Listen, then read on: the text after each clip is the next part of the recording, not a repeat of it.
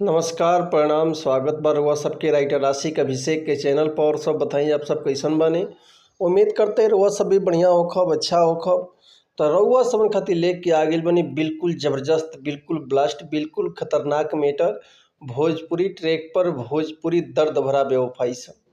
उम्मीद करते रउआ सबन के बेहद पसंद आई। लेकिन ऐसे पहले रउआ सबन से एगो बात कहल चाहब कि अगर रउआ गायकी में इंटरेस्ट बा आ गायकी कइल चाहतनी, गायकी में कदम रखले बानी, गायकी रउआ के पसंद बा आ रउआ के बढ़िया बढ़िया मैटर नइखे मिलत, बढ़िया गाना नइखे मिलत, बढ़िया से तुकबंदी नइखे मिलत, त रउआ अगर हमरा चैनल पर आ गइल बिन त रउआ सबन के निराश भइले के जरूरत नइखे।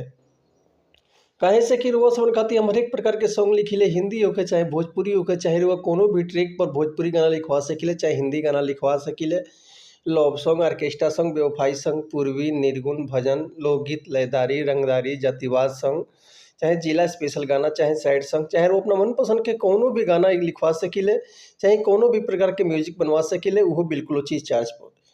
तो ये से कहल चाहब रउआ सबन से कि रउआ अगर हमरा चैनल पर आ गइल बानी या चैनल पर नया बानी तो चैनल के सब्सक्राइब कर ली, बेल आइकन प्रेस कर दी, ताकि कोनो वीडियो अपलोड करी तो सबसे पहले नोटिफिकेशन रउआ सबन के मिले।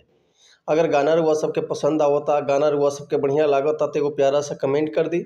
चलिए देर ना करते हुए आज के मैटर देखल जा कैसे बा, का एकर लय बा, का एकर धुन बा। ये रउआ सबन के हम गा के बताओ तनी। उम्मीद करती रउआ सबके बेहद पसंद आई।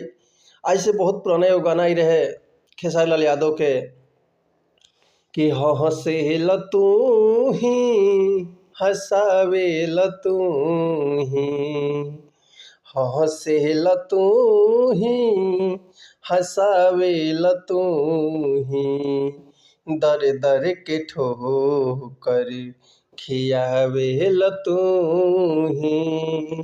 तो यही ट्रैक पर रउआ सबन खातिर लेके आ गइल बानी बिल्कुल जबरदस्त गाना। चलिए देखिए आज के गाना कैसे बा। किस्मत खराब बा, दर्द बेहिसाब बा, किस्मत खराब बा, दर्द बेहिसाब बा, जिंदगी जिएला जग में जरूरी शराब बा, गम के भुलावे खातिर बनल ई शराब बा, केहू ना खराब बा एकर ना जवाब बा, केहू ना खराब बा एकर ना जवाब बा, गम के भुलावे खातिर बनल ई शराब बा, गम के भुलावे खातिर बनल शराब बा।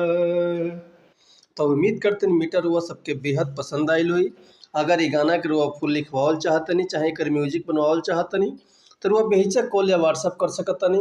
डिस्क्रिप्शन में हमार कॉन्टैक्ट नंबर बा, व्हाट्सअप नंबर बा, तो रउआ कॉल या व्हाट्सअप कर सकते। रउआ के बिल्कुल वो चीज़ चार्ज पर फुल गाना मिल जाए, चाहे एकर म्यूजिक मिल जाए। रउआ सबन से एक और बात कहल चाहब कि अगर हमरा गाँव में कोनो मिस्टेक होता तो यह क्षमा चाहतनी। जैसे कि हम गायक ना है, हम ताही राइटर रउआ सबन के खाली बता सकिले, समझा सकिले। तो मिलत है नेक्स्ट वीडियो में कुछ नया गाना, कुछ नया धुन, कुछ नया कंपोजिशन लेके। तब तक के लिए रउआ सबसे अनुमति चाहतनी। नमस्कार, प्रणाम, जय हिंद, जय भारत, जय भोजपुरी समाज, हर हर महादेव, जय श्री शंभू, जय माता दी।